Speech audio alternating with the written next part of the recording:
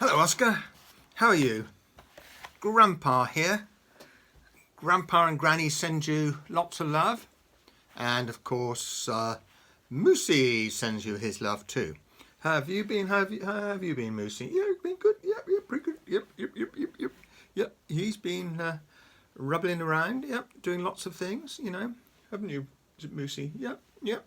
Bloop, bloop, bloop. So anyway, I'll put Moosey down there. Is that all right, Moosey? Yep. I'll read you a little bit more from Zoe's Rescue Zoo, The Puzzled Penguin.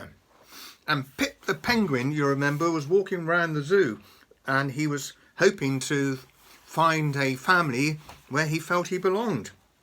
And if you remember, he went to see the zebra, and he soon found out that penguins don't eat hay like zebras, didn't they?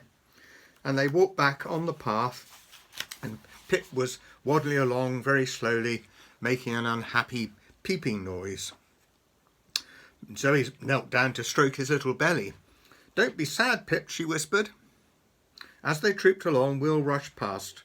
Will's the penguin keeper, isn't he?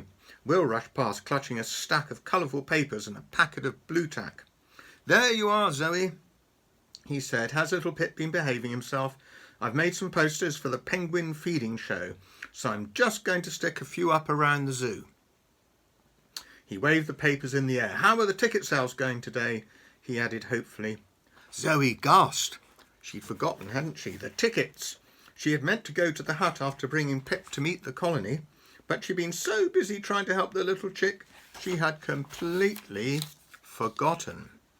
Oh dear. Chapter 9. Oh look, there's some penguins, too, and that's Polly and Percy, isn't it, and little Pip. So chapter 9, the show is cancelled. Ooh, that doesn't sound good, does it? Zoe felt awful. How could she have forgotten about the penguin show? She knew she had let Will down. The show was his idea, and he wanted it to be a big success. "I'm really sorry, Will," she muttered. "I haven't sold any." Will's face fell, but he tried not to look too disappointed. "That's all right, Zoe," he said kindly. "I know you've been taking care of Pip this morning. We'll just cancel today's show. It doesn't matter." Zoe nodded. "Thanks for being so nice, Will," she said quietly. "I won't forget again." Isn't that so nice, isn't it? Wasn't Will so nice there, Oscar? "Don't worry," Will reassured her. "I'm sure you'll sell lots tomorrow. Now maybe we should put up a sign to let visitors know the show isn't on today." Will pulled a pen out of his pocket and scribbled a note on the back of a poster. "Show cancelled today. Please come tomorrow for penguin fun." "There," he said. "Let's go and stick it up on the hut." Zoe followed Will miserably back to the penguin enclosure. Just as they were putting the sign in place, Meep squeaked a warning. Whoa, wonder who that could be. A moment later, Zoe heard the click of Mr. Pinch's shoes coming down the path, and her heart sank. The grumpy zoo manager was not going to be happy about this. "I thought I'd come and check on the ticket sales," announced Mr. Pinch as he strolled over to them. "Only 23 sold yesterday," he added, looking at Zoe. "Not very impressive, Miss Parker." Look, there's Mr. Pinch and Zoe, and look, little Pip the penguin at her feet, and Meep as well. Oh dear, what's going to happen? Zoe glanced nervously at Will, who cleared his throat. "Well, Mr. Pinch, you see..." Before Will could explain what had happened, Mr. Pinch spotted the sign on the side of the hut. His eyes narrowed and he stepped closer to read it. "Cancelled? What is the meaning of this?" "It's my fault," Zoe burst out. "I was looking after Pip." "Pip?" snapped Mr. Pinch. "Who's Pip?" The tiny penguin heard his name and peeped. Mr. Pinch glanced down and spotted the chick huddled behind Zoe's legs. Zoe watched as Mr. Pinch's mouth dropped open. "What is that creature doing outside its enclosure?" he spluttered. Will jumped in quickly. "Zoe's been helping me out with the new arrival and doing a brilliant job. Little Pip's finding it hard to settle in with the other penguins, you see." Mr. Pinch interrupted Will. I find it difficult to believe that a penguin would find it hard to settle in with other penguins, he barked. It's not very nice, is it, Oscar? He pointed an angry finger at Zoe. You have one more chance. Tomorrow's show had better be sold out or I'm holding you responsible. Oh dear. He turned to Will. Now please take that penguin back to its enclosure immediately. I will not have animals running wild and making the zoo look untidy. Yes, Mr. Pinch, Will said, looking very flustered. Come along, Pip. He tried to pick up the little chick, but Pip cheeked anxiously and waddled over to Zoe, his tiny wings stretched out towards her. I'm sorry, Pip, Zoe whispered quickly. You have to go with Will now, but I'll come back tomorrow. I promise. As Mr. Pinch stormed off, Will managed to scoop Pip gently into his arms and carry him back inside the penguin enclosure. Both of them looked very miserable. Poor little Pip. Don't listen to horrible old Mr. Pinch, Zoe, Meep whispered. We'll sell lots of tickets tomorrow. Well done, Meep. Zoe smiled gratefully at her little friend. Meep's right, she thought. I'll work extra hard at selling the tickets, even if it means missing out on all the fun this summer. She bit her lip as she thought about Pip. But helping the little chick is going to be even more difficult now. Oh dear, poor little Pip.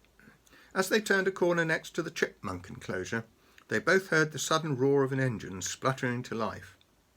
Zoe, it's coming from the lake. It's Goo's plane, chirped Meep, leaping onto her shoulder. They looked up at the sky, Zoe holding a hand up to her eyes to shield them from the bright sunshine. Great Uncle Horace's red seaplane appeared over the tops of the trees, soaring high into the air on its way to the Great Barrier Reef. Gosh, do you know where the Great Barrier Reef is, Oscar?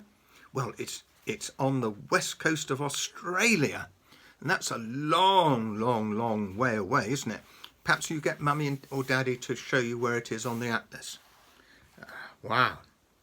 They waved frantically, and Zoe hoped Great Uncle Horace would look down over the zoo and spot them.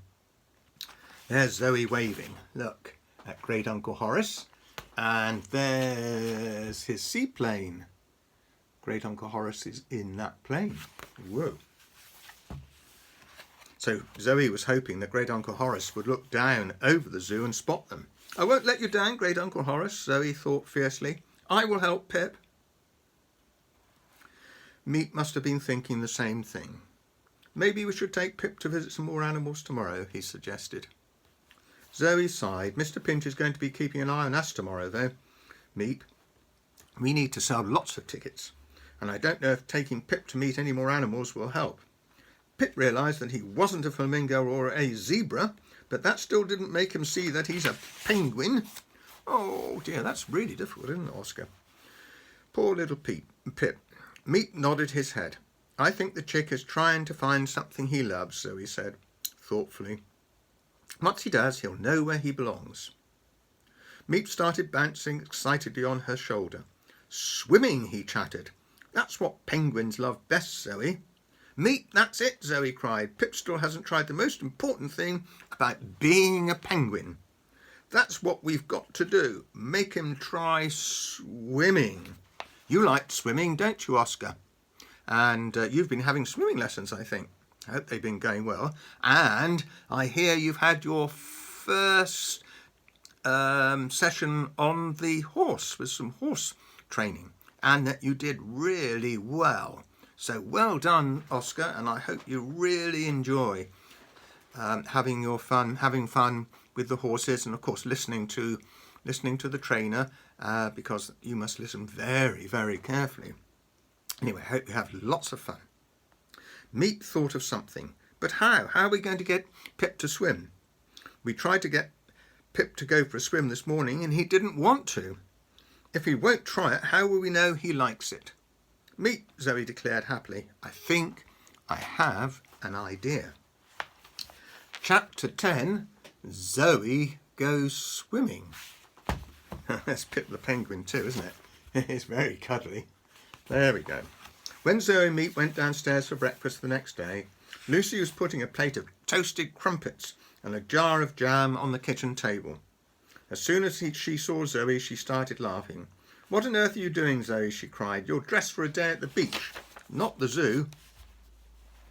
Zoe grinned as she spread jam on a crumpet. She was wearing her pink and white wetsuit that she always wore when she was swimming in the chilly lake, and a pair of bright pink flip-flops. Perched on her head was a pair of goggles. Under her arm she carried 2 yellow armbands. "I'm going swimming today with the penguins," she explained, taking a big jammy bite of her crumpet. "I had an idea last night and I think I might be able to help Pip. The little Czech has to try swimming with the rest of the colony. He followed me everywhere yesterday. Maybe if I jump in first and show him how easy and fun it is, he might jump in after me."